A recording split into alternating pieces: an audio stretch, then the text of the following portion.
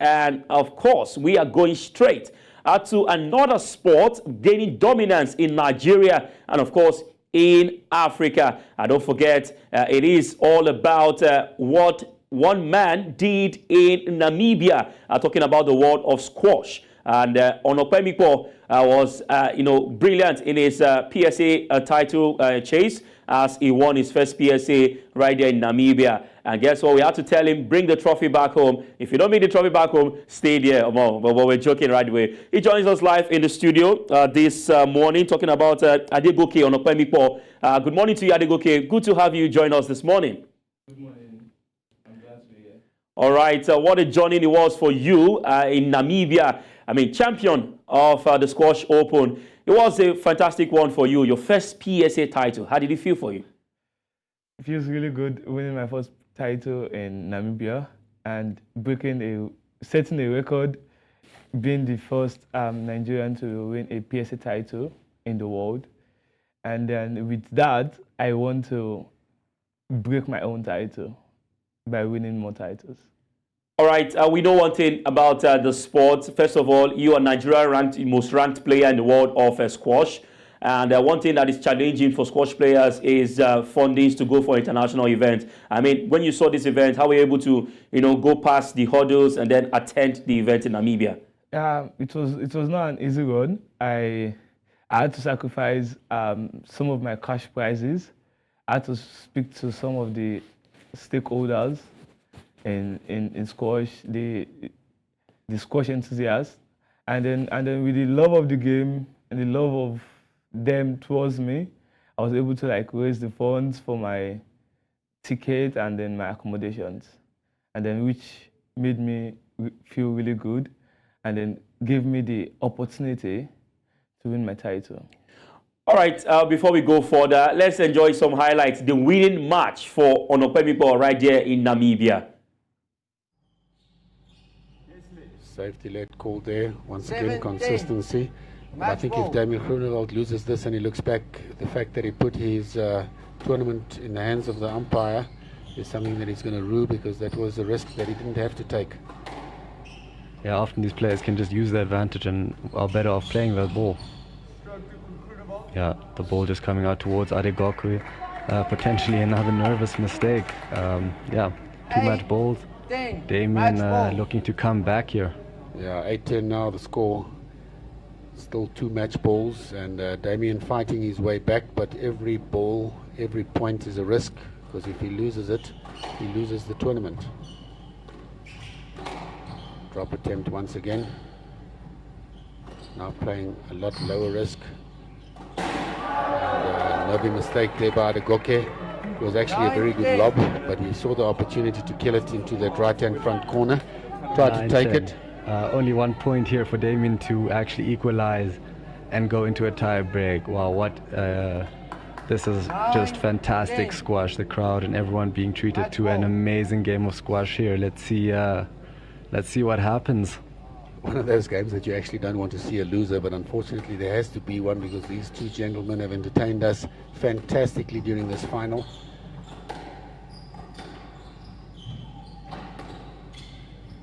Beating the ball out there from the back court. Great drive there by Adegoke. Wally, ripping off his shirt. What a shot, what a fantastic game. Adegoke taking it 11-9 in the fifth. I want to know what it means then. His reaction there showed you exactly what it means. His first PSA tournament, and he takes the third set 11-9, so that's losing the first 2 games, 8-11 and then 10-12, coming back and winning the next 3 games, 11 points to 9, 11 points to 9, and 11 points to 9.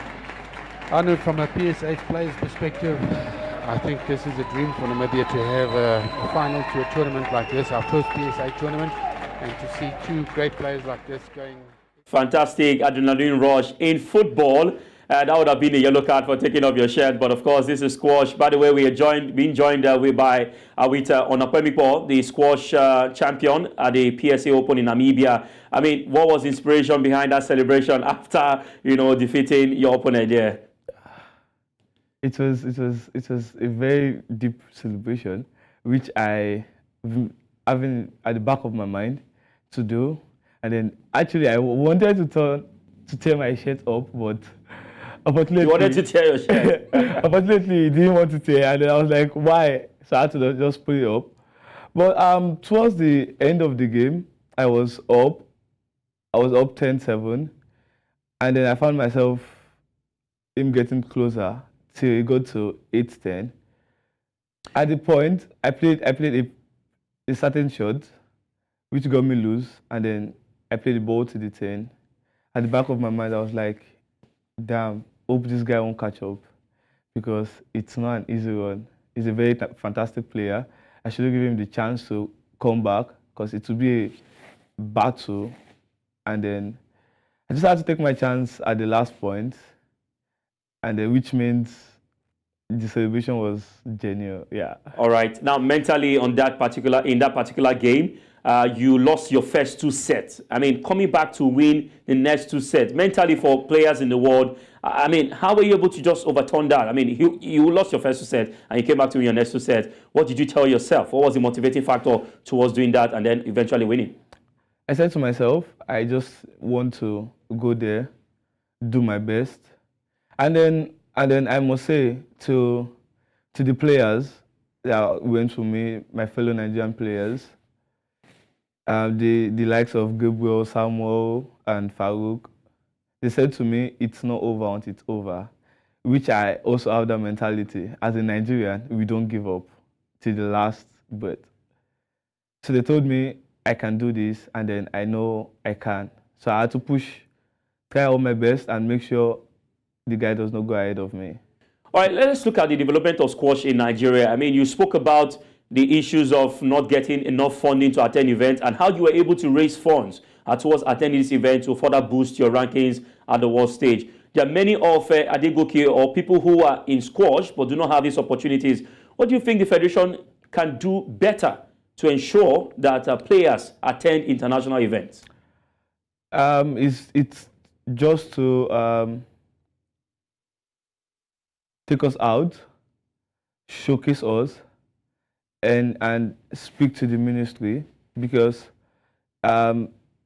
it's not only in squash. Apparently, it's not only in squash in Nigeria. The ministry are more focused on other main sports, the likes of football and basketball, other sports which we all know the players of Nigeria can do better internationally and worldwide. They're not putting focus on it because of some inner things which we don't know. So I feel we getting a corporate sponsor will help the game of squash to grow, and then to help the players get opportunities to go outside the world and showcase our talent. All right, if you want to rank squash in Africa, where would you place Nigeria on the scale of 1 to 10? In Africa, on the scale of 2, Egypt is top notch. Yeah, so well, I would say 2 because South Africa are also doing very well, which is actually very fine, and we are also good. But I can tell if we push harder, and then if we go globally, just like the way South Africans are doing, are attending PSA tournament, I believe, yeah, we will be the number 2 in the Africa. Okay, so where does Adegoke go from here? What are your plans? And we know squash is not at the Olympics yet, but other events are still there. What are your plans as a squash player to, continue from the success of Namibia? I would like to go for more PSA tournament and break into. Right now, I'm in the top 200. I'm ranked 186 in the world, and then with my own aim and then my goal, I would like to break into the top 100 before the end of this season. And then also, we have this festival of squash that's coming up, which is the World Team event. And then with the help of the Federation, we've been able to register as Nigerian team, which it will be held up in New Zealand by the end of this year. So we go there, showcase our talent, prove ourselves, and then do our best. All right, Nigeria would celebrate its independence on the 1st of October. Now, let's look at squash itself. You've talked about where Nigeria is in Africa in the world of squash. Where do you see squash in the next few years? I mean, since Nigeria gained its independence and now, and I mean, from now, where do you see squash in the next few years? And what do you think would make, what would you think will happen, of course, to the players and on the global stage? From my own point of view, I see squash going really, really fast because as at now, in a month at least, we have like 2 to 3, 1 or 2 tournaments in every month, which helps the players to keep pushing, put them in form, put them in shape, correct yourself if you make a mistake in one tournament, and then come back to correct the mistakes. Yeah, so in the nearest future, in coming years, I see Nigerians topping the chart, and then opportunities will actually come in from the point of replaying tournaments. Because from now, I can see that in Africa, we play more tournaments than any other country in Africa, except from Egypt. So with that, yeah, the players are coming up, and then the love for the game. Everyone is inviting, calling their friends, calling their neighbors to come play squash, which is very, very fantastic. Just like my own case, my back neighbor had to introduce my brother to this game of squash, and then my brother introduced me to the game of squash, which kept it going like that. All right, before we let you go, your message to young aspiring squash players. Of course, the National Youth Games is ongoing in Delta State, Asaba. What would you be telling young players who would love to go into the world of squash? I'll tell them to keep their head straight, stay focused, because there are lots of challenges ahead.